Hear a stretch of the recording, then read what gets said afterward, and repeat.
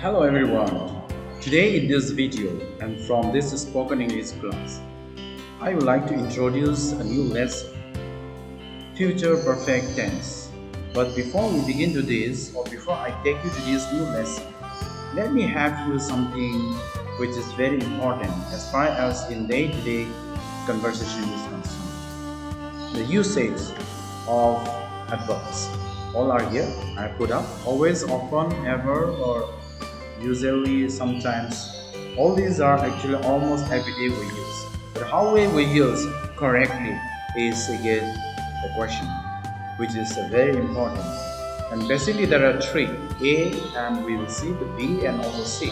In A, I have here that always, never, or all these adverbs go before the verb. For example, here, I always go to work by car. So always is the adverb and followed by the verb. So when you start with the subject without any helping verbs, okay, without any other helping verbs, then you have adverbs after the subject, okay, either singular subject or plural subject, and followed by the verbs. Okay, so something like this. And often plays tennis.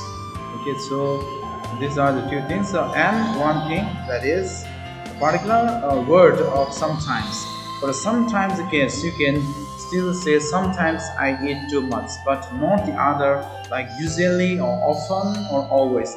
For those, you have to start with the subject. Whereas the sometimes is either you start with the sometimes or start with the subject. Okay, and now B. Again, here go after am is are was where. If your sentence is having or helping verbs, then after the helping verbs are followed by these adverbs. Okay, let us say I am never ill. They are usually like they are is helping verb. Are is a helping verb and followed by adverb. So the similar way this is how where's Linda? She is still in bed.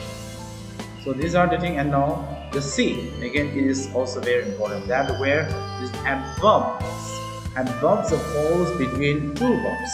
For example, I will always remember you. See, we highlighted in yellow where there are two words are underlined, right? I will always is between will and remember.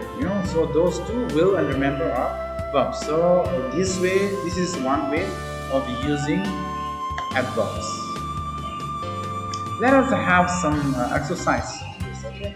Let me just point out at least three. My brother speaks to me. So my brother is actually is subject. So since there is no other helping verbs. So for this, after this subject, never should come. So my brother never speaks to me. Susan is polite. So since here we have helping verb is, then is adverb always should come after is. That is, Susan is always polite. Let us have one more. She finishes work at 5 o'clock. She usually finishes work at 5 o'clock. Let me have one more. It sometimes, which ends with s. She sometimes finishes work at 5 o'clock. No matter whatever. Because sometimes ends with s, but still it is adverb. So even if this sometimes ends with s, your word or verb finishes should still continue with s. Okay, so that is not one you do now. Now let us come to the lesson. And here future perfect I will have done. So again, this is the helping verbs. Again, very important that you must know it, otherwise you cannot make a sentence of future perfect. So what is a future perfect? The definition is a future perfect refers to an action that will happen before another action in the future. So which means there will be basically just one sentence. Okay, there will be two sentences in one. But how this future perfect works is that there will be two kind of sentences. Okay, two kind of future actions. The first future action is future perfect, and second future action is future simple. Here, examples. By the time I am 30 years old, I will have traveled to Europe, which means, okay, there are two future simples. By the time I am 30 years old, it is actually a future simple.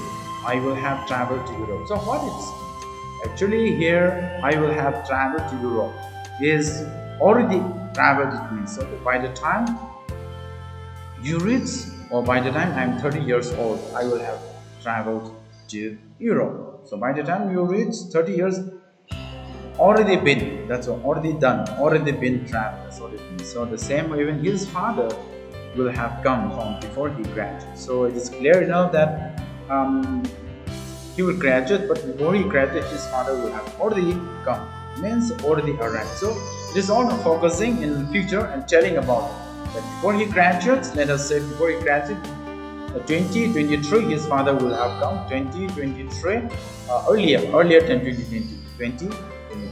So same, we have few exercises here. Let me have just three with you. Tom. So Tom will have bread. That's okay. So read, we pronounce it bread in this because this is a past participle. So read Tom will have read the novel by the end of this month. I will have reached the home. Okay, I will have reached the home before he comes to meet me. Okay, now the third one, the mother will have cooked.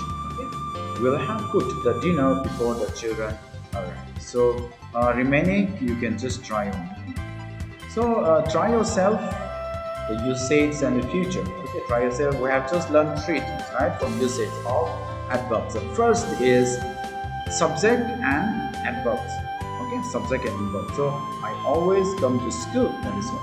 Think that with the helping verbs, that is, am, are, was, were. Then for that case, you have to have this helping verbs at first. In the sense, I am. Okay, I am never ill, for example, right? Then what about this adverbs between two verbs? Okay, so I will never remember. If you think of will is a helping verb, then always will is I will never is adverb, and remember is another verb. So this never, which is adverb, falls between two verbs. So there are three types, basically three ways of using this adverb. So make sure you use all these words, all these adverbs in the correct way. Thank you. Hope you have learned something from this. Keep practicing it.